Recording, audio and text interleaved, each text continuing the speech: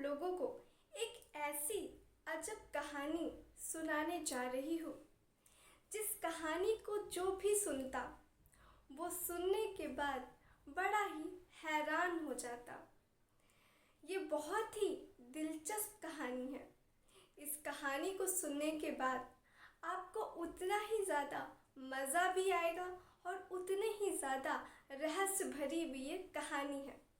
दरअसल ये कहानी है एक सऊदी अरब की महिला की, एक बहुत ही ज़्यादा खूबसूरत सऊदी अरब की महिला और एक हिंदुस्तानी युवक और फिटकरी और गुलाब जल की।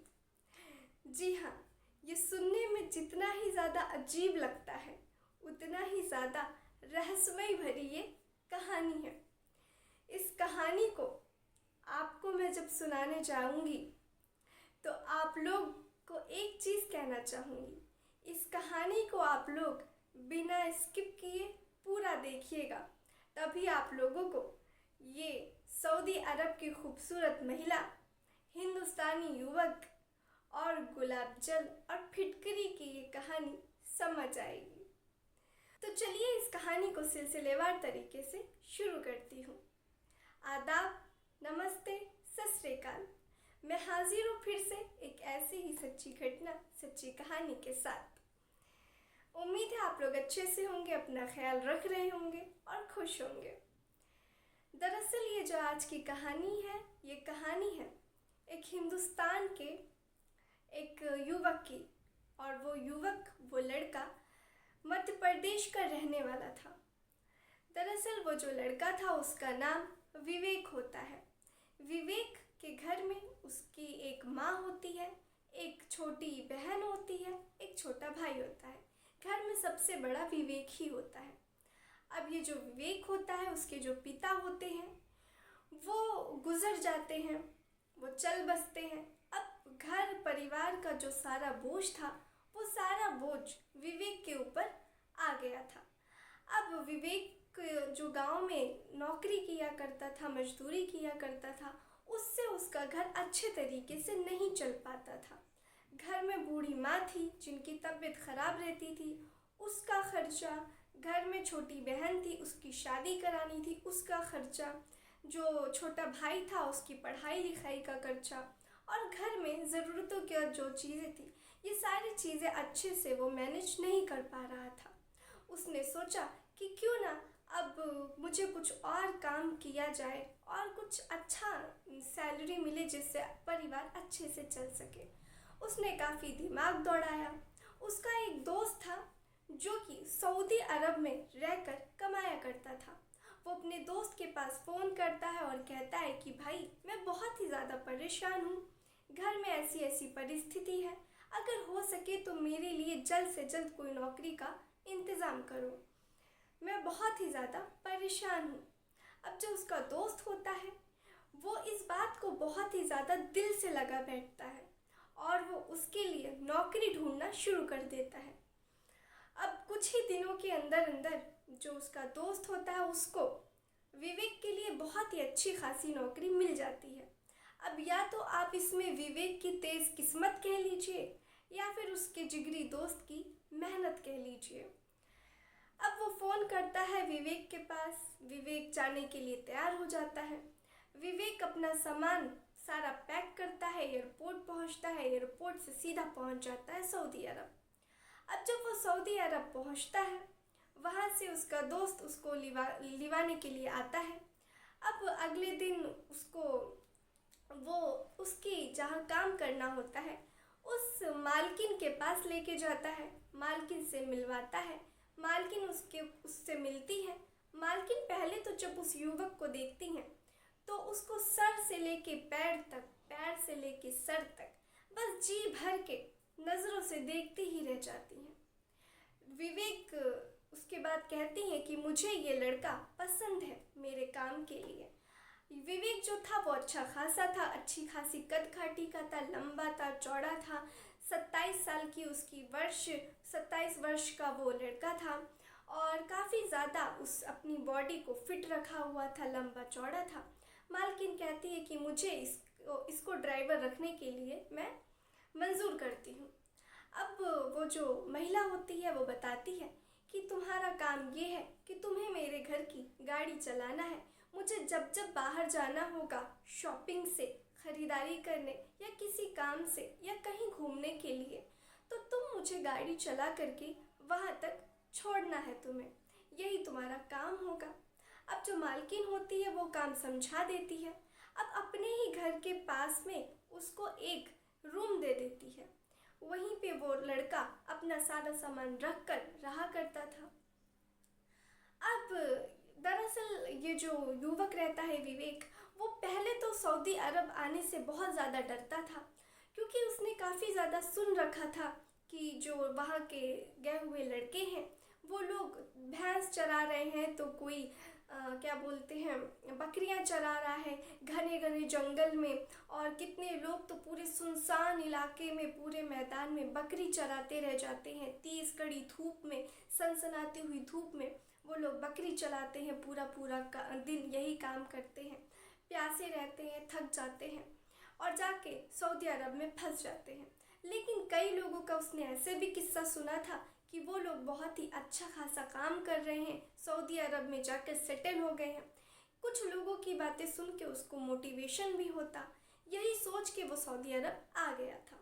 अब वो सोचा कि यहाँ पे तो ऐसा कुछ नहीं है, उसकी किस्मत कितनी अच्छी है, उसको इतना अच्छा काम मिल गया, इतनी अच्छी मालकिन मिल गई है, और मालकिन ने तनख्वाह भी बहुत अच्छी खासी उसको देने के लिए कहा था, जिससे उसका परिवार अब बहुत ही अच्छे से और अच्छी ज़िंदगी बिता सकता था। अब वो बहुत ही ज़्यादा खुश होकर अपने काम में लग गया था। मालकिन अगली सुबह उसको बोलती है शॉपिंग के लिए। मालकिन के पास वो पहुंचता है, गाड़ी निकालता है, चलाता है और उनको शॉपिंग कराने के लिए ले जाता है। पर वो जो मालकिन होती हैं वो बहुत ही ज़्यादा खूबसूरत होती हैं। जाहिर सी बात है, सऊदी अरब की वो महिला थी, और सऊदी अरब की महिलाएं तो कितनी ज़्यादा खूबसूरती में मानी जाती हैं कि वहाँ की औरतें बहुत ही ज़्यादा खूबसूरत होती हैं, गोरी होती हैं, उनके चेहरे पे नूर होता है। तो वो जो महिला थी वो भी कुछ ऐसी ही थी, और होती भी क्यों ना, वो सऊदी अरब की जो थी। अब वो ये जो लड़का था विवेक, ये उस महिला की खूबसूरती में खो गया था, दीवाना हो गया था, या कहा जाए तो पागल सा हो गया था। वो गाड़ी तो चलाया करता था, लेकिन गाड़ी के आगे वाले शीशे में वो बस उस खूबसूरत महिला को देखा करता था और जी भर के देखा करता था। वो जो महिला थी वो बला की खूबसूरत थी, बहुत ही ज़्यादा चांद जैसा चमकता हुआ उसका चेहरा था, और विवेक उसको हमेशा बस अच्छी मुस्कुराती हुई चेहरे से उसको निहारा करता था। विवेक को वो महिला, वो औरत बड़ी ही खूबसूरत, बड़ी ही प्यारी लगती थी। कहा जाए कि विवेक ने अपना दिल हार बैठा था उस महिला के पीछे। सब कुछ ऐसे ही चल रहा होता है। वो सुबह सुबह उसके पास जाता, पूछता आपको कहीं जाना है। महिला बोलती कि हाँ, वो उसको वहाँ पे शॉपिंग कराने के लिए या घुमाने के लिए लेके जाया करता था। सब कुछ ऐसे ही चल रहा था, और विवेक काफ़ी ज़्यादा मन ही मन खुश हुआ करता था उस महिला को जब भी अपने आसपास देखा करता था। एक दिन की बात है, जब विवेक सुबह सुबह सो करके उठता है तो उसकी मालकिन उसके पास आती है और कहती है विवेक से, विवेक एयरपोर्ट चलना है, चलो एयरपोर्ट। तो विवेक को पूछता है कि क्या हुआ, इतनी सुबह सुबह एयरपोर्ट जाना है। तो वो महिला बताती है कि दरअसल मेरे शौहर दूसरे देश से आ रहे हैं, उन्हीं को लिवाने के लिए चलना है। अब जब ये बात वो सुनता तो काफ़ी ज़्यादा हैरान रह गया कि अब इनका जो शौहर है वो आ रहा है, और वो मन ही मन बहुत ही ज़्यादा उदास हो जाता है ये बात सुन के। अब वो क्या ही करता, हामी भर के गाड़ी निकालता है और अपनी मालकिन को एयरपोर्ट लेके पहुंचता है। अब जब वो एयरपोर्ट पे पहुंचता है तो देखता है कि उनके जो शौहर है, उसका शौहर मालकिन की उम्र से लगभग आधी उम्र ज़्यादा बड़ा है। यानी कि मालकिन की उम्र कुछ 27 साल थी, और वो जो उसका शौहर था उसकी उम्र 50 से 55 साल के बीच में लगभग उसकी उम्र थी। वो काफ़ी ज़्यादा दिखने में बुढ़ा था, उसके पूरे बाल सफ़ेद हो चुके थे और उसके चेहरे पर झुर्रियाँ भी साफ साफ दिख रही थी। अब जब ये उसके शौहर को वो विवेक देखता है तो काफ़ी ज़्यादा हैरान रह जाता है कि इतनी ज़्यादा मालकिन खूबसूरत, इतनी ज़्यादा कम उम्र की, और इनका जो शौहर है वो इनसे उम्र का लगभग आधा उम्र का ज़्यादा है, और इतना ज़्यादा बुढ़ा इंसान से इन्होंने कैसे शादी की। वो काफ़ी ज़्यादा सोच में पड़ जाता है। फिर वो सोचता है कि हो सकता है कि मेरी मालकिन की कोई मजबूरी रही होगी, तभी इन्होंने ऐसे इंसान से शादी की। क्योंकि जो मालकिन थी वो काफ़ी ज़्यादा छरहरी बदन की थी, काफ़ी ज़्यादा उनकी जो बदन थी वो अच्छी थी, भरी हुई बदन थी, और उनकी उम्र भी 27 साल के आसपास थी। और ये जो व्यक्ति वो काफ़ी ज़्यादा बूढ़ा, काफ़ी ज़्यादा अजीब सा था। अब वो ये सारी बातें अपने मन में रखता और इसी सोच में डूब के वो गाड़ी चलाना शुरू करता और इन दोनों को घर पे छोड़ देता। अब वो कमरे में जाकर के काफ़ी उदास होके कमरे में लेट जाता।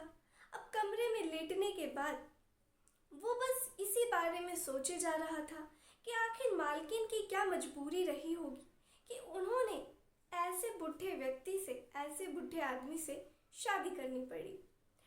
वो काफ़ी ज़्यादा परेशान था और उसे एक चीज़ ये भी सताई जा रही थी कि जब वो व्यक्ति उस महिला के साथ गाड़ी में बैठा तो उस महिला को वो बार बार उसको छुए जा रहा था, हाथ लगाए जा रहा था, उसके साथ किस कर रहा था, और महिला जो थी वो बड़े ही अच्छे से उसको वो सब करने की इजाज़त दे रही थी। उस विवेक को ये सब बर्दाश्त नहीं हो रहा था क्योंकि कहीं ना कहीं विवेक उससे प्यार करने लगा था। अब विवेक बहुत ही ज़्यादा मन में ये बात सोच सोच के परेशान रहता। उसका मन हमेशा बैठा जाता कि वो किस तरीके से कार में उसके सामने, उसको इतनी भी शर्म नहीं आई कि सामने मैं बैठा हुआ हूँ और मेरे सामने वो ये सारी हरकत कर रहा है, तो अकेले में वो इस टाइम मालकिन के साथ क्या कर रहा होगा। अब वो काफ़ी ज़्यादा सोच में था कि पता नहीं मालकिन के बदन पे इस वक्त उसने कपड़े भी छोड़े होंगे या नहीं।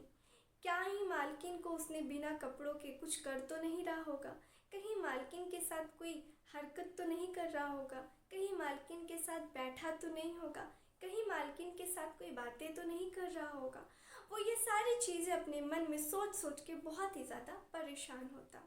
अब अगले दिन सुबह होती है। सुबह होने के बाद वो लड़का उनके घर पे जाता है।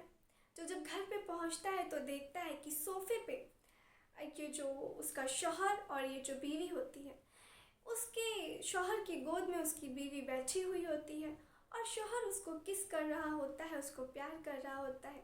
शौहर की बाहों में उसकी जो मालकिन होती है वो बैठी होती है और यही सारी हरकतें कर रहा होता है उसका शौहर।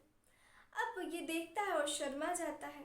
वो फटाक से पीछे मुड़ जाता है और फिर खांसने लगता है ज़बरदस्ती। जब उसकी खांसी की आवाज़ मालकिन के कानों में पहुंचती है तो मालकिन मालिक से दूर होने को कहती है, लेकिन मालिक जो होता है वो उसको दूर जाने नहीं देता है और अपनी बाहों में ही पकड़े होता है। वो मालकिन कहती है कि कुछ तो शर्म करो, ये लोग हमारे बारे में क्या सोचेंगे कि मालिक और मालकिन कैसे हैं जो उनके सामने ही ये सारी चीज़ें कर रहे हैं।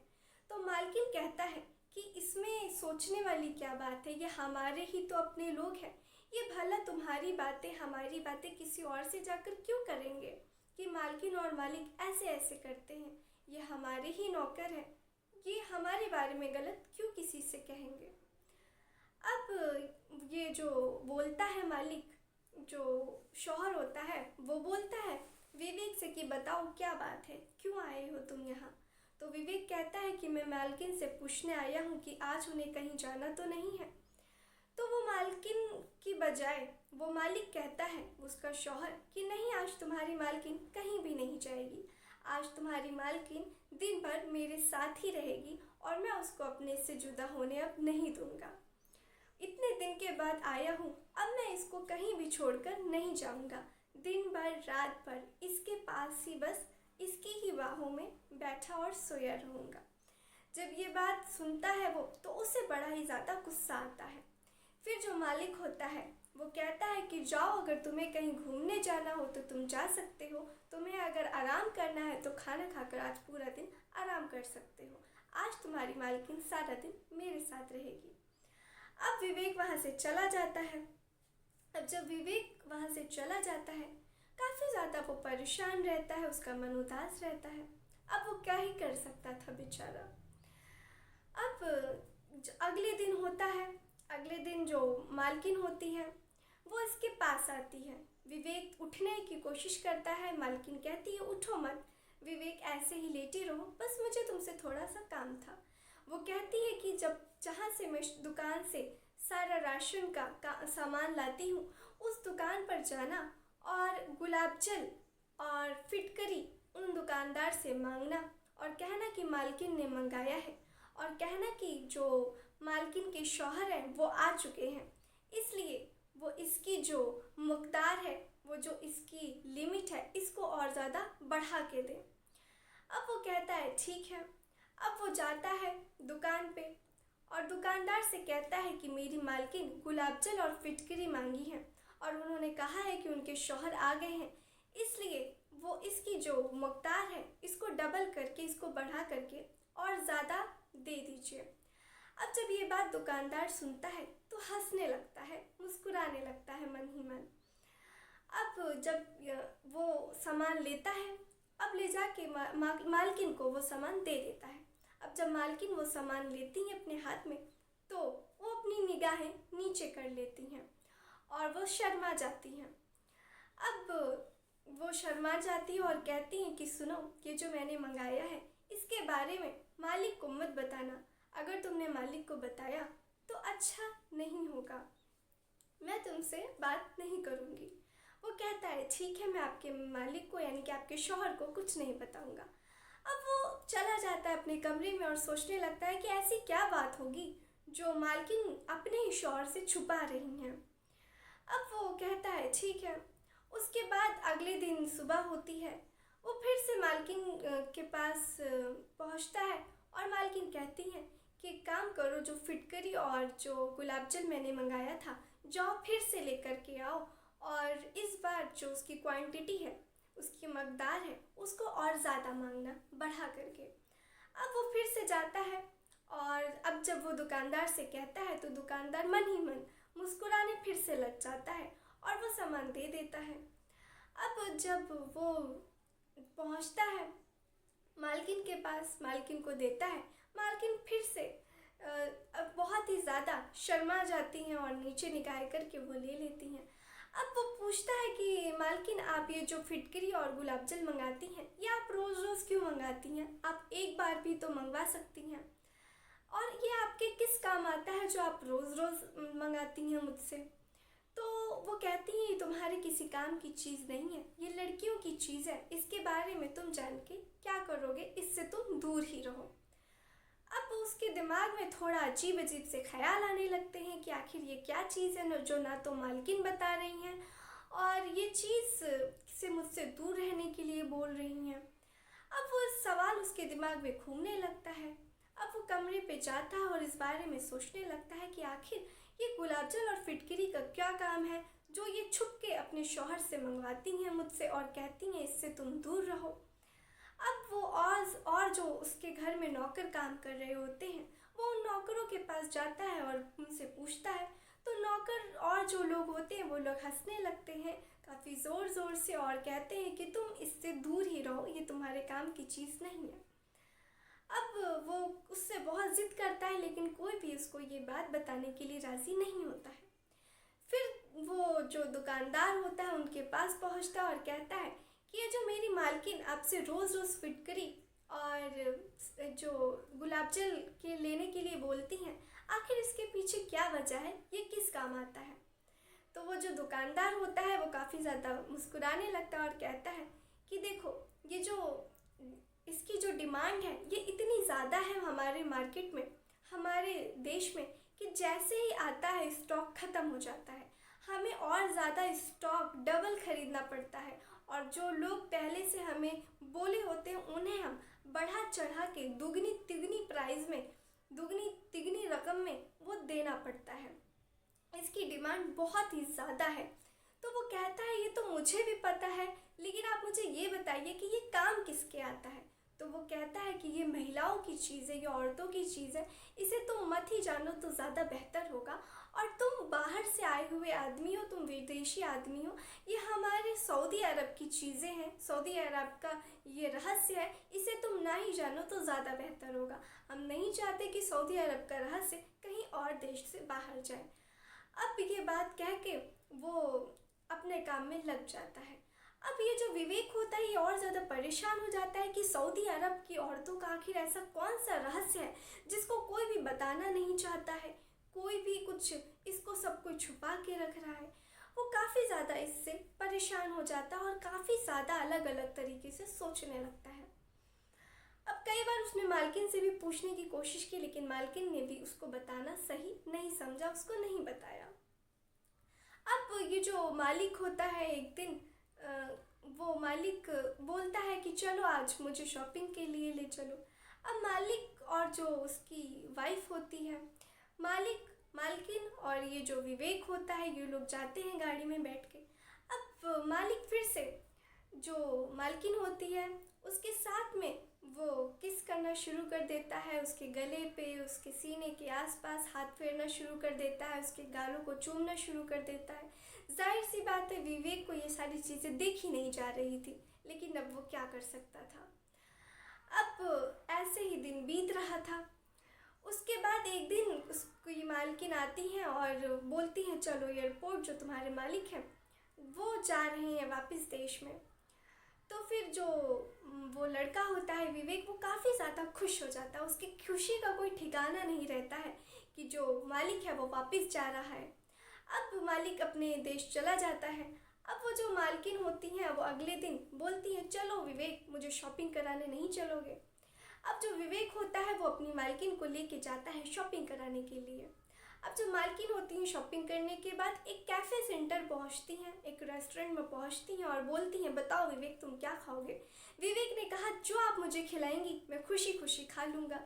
अब जो मालकिन होती हैं वो 2 कोल्ड ड्रिंक और 2 बर्गर का ऑर्डर देती हैं। ऑर्डर आता है, विवेक और मालकिन आराम से बैठ कर के एंजॉय करते हैं, खाते हैं। उसके बाद जो विवेक होता है वो गाड़ी में बैठा के घर के लिए निकल आता है मालकिन के साथ। अब वो मालकिन को क्या, अब जो मालकिन होती हैं वो हमेशा पीछे की सीट पे बैठा करती थी, लेकिन आज मालकिन विवेक के साथ फ्रंट सीट पे, यानी कि विवेक की बगल वाली सीट पे बैठ जाती हैं। अब जो विवेक होता है वो काफ़ी ज़्यादा हिम्मत करके कहता है कि मालकिन मुझे आपसे एक बात पूछनी है, अगर आप बुरा न माने तो। मालकिन कहती है जी बिल्कुल पूछो। विवेक कहता है कि ये जो आपके शौहर हैं और जो आप हैं, आप लोगों का कोई तालमेल बिल्कुल भी नहीं है। आप इतनी ज़्यादा कम उम्र की, इतनी ज़्यादा खूबसूरत, इतनी ज़्यादा प्यारी हैं, और आपके जो शौहर हैं वो दूसरी तरफ आपसे बिल्कुल अलग हैं। वो इतने ज़्यादा बूढ़े हैं, उनके चेहरे पे झुर्रियाँ पड़ी हुई हैं, उनकी इतनी ज़्यादा उम्र है। आप 26-27 साल की हैं, वो 55 साल के हैं। आप लोग एक दूसरे के लिए कहीं से भी फिट नहीं बैठते हैं, आप लोगों की जोड़ी बिल्कुल भी अच्छी नहीं लगती है। मुझे ऐसा लगता है कि क्या आपने किसी मजबूरी में इनसे शादी की है। अब जब ये बात सुनना था कि वो जो उसकी मालकिन होती है आग बगुला हो जाती है और वो बहुत ही ज़्यादा गुस्से में बोलती है कि तुम अपने काम से काम रखो, तुम नौकर हो, नौकर की तरह ही रहो, तुम्हारी औकात नहीं है कि मेरी ज़िंदगी में तुम दखल अंदाजी करो। मुझे पता है कि तुम ये सब क्यों कर रहे हो, मैं जानती हूँ तुम नौकर हो, नौकर की तरह ही रहो, हमारी फैमिली में या मेरी ज़िंदगी में दखल अंदाजी करने की ज़रूरत नहीं है। अगर तुमने ऐसा किया तो फिर मैं जो सरकार है मैं उनसे दरख्वास्त करूँगी और तुम्हारे को कड़ी से कड़ी सज़ा दिलवाऊँगी। इसलिए मेरी फैमिली में पढ़ने की कोशिश मत करो, जो तुम्हारा काम है सिर्फ अपने काम पे ध्यान दो और मेरे से और मेरे शौहर से दूर रहो। अब इतनी सी बात सुननी थी कि जो विवेक होता है वो बिल्कुल एकदम सन्न रह जाता है, उसको समझ नहीं आता कि उसकी मालकिन ये क्या कह रही हैं। जो मालकिन उससे हमेशा कपड़े खरीदने से पहले पूछा करती थी विवेक ये कपड़ा मुझ पे अच्छा लगेगा या नहीं अच्छा लगेगा, ये कलर मुझ पे अच्छा लगेगा कि नहीं अच्छा लगेगा, वो सारी बातें जो मालकिन उससे पूछा करती थी, अब कहीं ना कहीं विवेक को भी लगने लगा था कि मालकिन भी उसको कहीं ना कहीं पसंद करने लगी हैं, उसकी जो उसके तरफ वो भी आकर्षित होने लगी हैं। अब वो सारी चीज़ें अचानक से उसका सपने पूरे धुंधले तरीके से उसको दिखने लगे थे कि ये सारी चीज़ें उसके केवल मन का वहम था। मालकिन तो इतना ज़्यादा उससे गुस्सा हो रही हैं। अब वो बहुत ही ज़्यादा उदास हो जाता है, चुपचाप से उनको घर पे छोड़ देता है।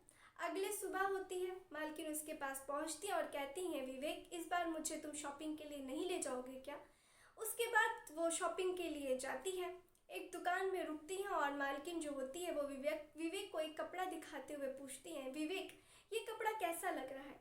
अब विवेक कहता है कि मुझे क्या पता मालकिन, कपड़ा आपको पहनना है तो आपको ही पता होगा ये कपड़ा आप पे अच्छा लगेगा या नहीं लगेगा। और वैसे भी ये कपड़ा खरीदने के बाद आप मेरे मालिक को ही ये कपड़ा यानी कि अपने शौहर को ही ये कपड़ा पहन कर दिखाओगी, मुझे तो दिखाओगी नहीं। तो फिर आप मुझसे पूछ क्यों रही हो? आप मालिक को दिखाओ, आप मालिक से ये पूछो कि उनको ये कपड़ा पसंद है या नहीं पसंद है। मेरी ये औकात कहाँ, मेरी इतनी औकात कहाँ कि मैं आपके लिए कपड़ा का रंग चुन सकूं और आपके लिए अच्छा या बुरा बता सकूं। अब ये बात वो कहकर चुप हो जाता है और मालकिन समझ जाती है कि वो मुझे ताना मार रहा है कल की बात का। अब मालकिन उस दिन खरीदारी नहीं करती है और चुपचाप से जा करके कार में बैठ जाती है। वो लड़का सोचता है कि मालकिन शायद उससे गुस्सा हो गई है। अब वो उसके बाद कार में जाके बैठ जाता है और गाड़ी घर के लिए निकालने लगता है। जब वो गाड़ी चलाता है तो मालकिन उसको बताती है कि विवेक, जो तुमने मुझसे कल कहा था कि मुझे लगता है कि ये शादी आपकी ज़बरदस्ती हुई है, तो मैं तुम्हें आज बता देना चाहती हूँ कि हाँ, मेरी शादी एक समझौते के साथ हुई थी। ये शादी मेरी मर्ज़ी के साथ नहीं हुई और ये एक तरीके का समझौता था और मैं इस शादी से खुश नहीं थी। दरअसल बात कुछ ऐसी थी कि जब मैं छोटी थी तो मैंने अपने माँ बाप को भी नहीं देखा था। जब मैं बहुत छोटी थी तो मुझे किसी ने किडनैप कर लिया था। मुझे किडनैप करने के बाद में वो लोगों ने मुझे बहुत अच्छे से पाला पोसा, मुझे बहुत अच्छे से हर चीज़ का ख्याल रखा। उसके बाद जब मुझे पता चला, जब मैं बड़ी हुई, कि मेरे साथ इतने अच्छे से ये लोगों ने सुलूक क्यों किया, मुझे इतना अच्छा खासा खिलाया पिलाया क्यों, तो मुझे पता चला कि दरअसल ये लोगों ने मेरा जितना ख्याल रखा, मुझे जितना खिलाया पिलाया, उन लोगों का इसके पीछे एक मकसद था। ये जो लोग मुझे किडनैप किए थे, ये लोग धंधा कराने वाले कोठे वाले लोग थे। ये लोगों ने मुझे इतना खिलाया पिलाया ताकि मैं जल्द से जल्द जवान हो सकूं, मेरी बदन जो है जल्द से जल्द जवानी के कगार पे आ जाए, मैं जवान हो जाऊं और ये लोग मेरी बोली लगा सके और मेरे शरीर से, मेरे खूबसूरती से ये लोगों को पैसा मिल सके। तो उसके बाद जब मुझे ये बात पता चली, मैं बड़ी हुई और मैं बहुत ही ज़्यादा रोने लगी, परेशान हो गई कि आखिर ये मैं किस जगह, किस मोड़ पे आ खड़ी हुई हूँ। मुझे ये सब बिल्कुल भी पसंद नहीं था। मेरी जो मालकिन थी, जिन्होंने मुझे किडनैप किया था, जब मैं बड़ी हुई उन्होंने मेरे लिए पहले कस्टमर को भेजा मेरे पास और वो पहली रात थी जब मेरा पहला कस्टमर मेरे पास आया। अब वो जो आदमी था, दरअसल वो कोई और आदमी नहीं बल्कि जो मेरे शौहर हैं, यही मेरे पास आए थे उस रात जब वो मेरे पास आए तो मैं बहुत ही ज़्यादा छोटी उम्र की थी उनसे और वो मुझसे 2 गुने उम्र के थे। मैं उनके सामने हाथ जोड़ के रोने लगी, चिल्लाने लगी और बोलने लगी कि खुदा के वास्ते मुझे छोड़ दो। तो वो जब मेरे पास आए तो मैं रोने लगी, चीखने लगी, चिल्लाने लगी और मैंने उनसे बोला कि मुझे गुनाह करने से बहुत ही ज़्यादा डर लगता है और मैं अल्लाह से बहुत ही ज़्यादा डरती हूँ और मैं ये गुनाह नहीं करना चाहती हूँ। और जो मेरे मालिक थे, मैंने जब उनसे ये बात बोली तो वो मेरी बात को सोचने पे मजबूर हो गए कि आखिर मैं ऐसा क्यों कह रही हूँ। उसके बाद उन्होंने मेरी बात को सुना, समझा और फिर मैंने उनसे ये कहा कि आपको अगर मेरे साथ ये गुनाह करना ही है तो आप एक काम कीजिए, आप मुझसे निकाह कर लीजिए, आप मुझसे शादी कर लीजिए। शादी के बाद मैं आपकी गुलाम बनने के लिए तैयार हूँ। जब मैंने उनसे ये बात कही तो उन्होंने मेरी इस बात पे गौर किया और उन्होंने मुझसे कहा कि अभी तुम छोटी हो और मैं तुमसे 2 गुना उम्र का हूँ। आज से कुछ समय के बाद, कुछ वक्त के बाद जब तुम जवान हो जाओगी, जब तुम 20 साल की, 25 साल की हो जाओगी, तो क्या भरोसा तुम मुझे छोड़ करके चली जाओ, तुम मुझे धोखा दे करके चली जाओ।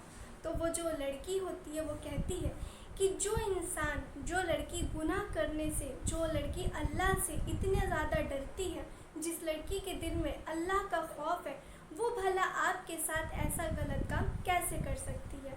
आप मुझ पे भरोसा कीजिए, मैं आपकी ज़िंदगी भर गुलाम बन के रहूँगी। मैं ऐसा धोखा आपको कभी नहीं दूँगी, मैं कभी भी छोड़कर नहीं जाऊँगी।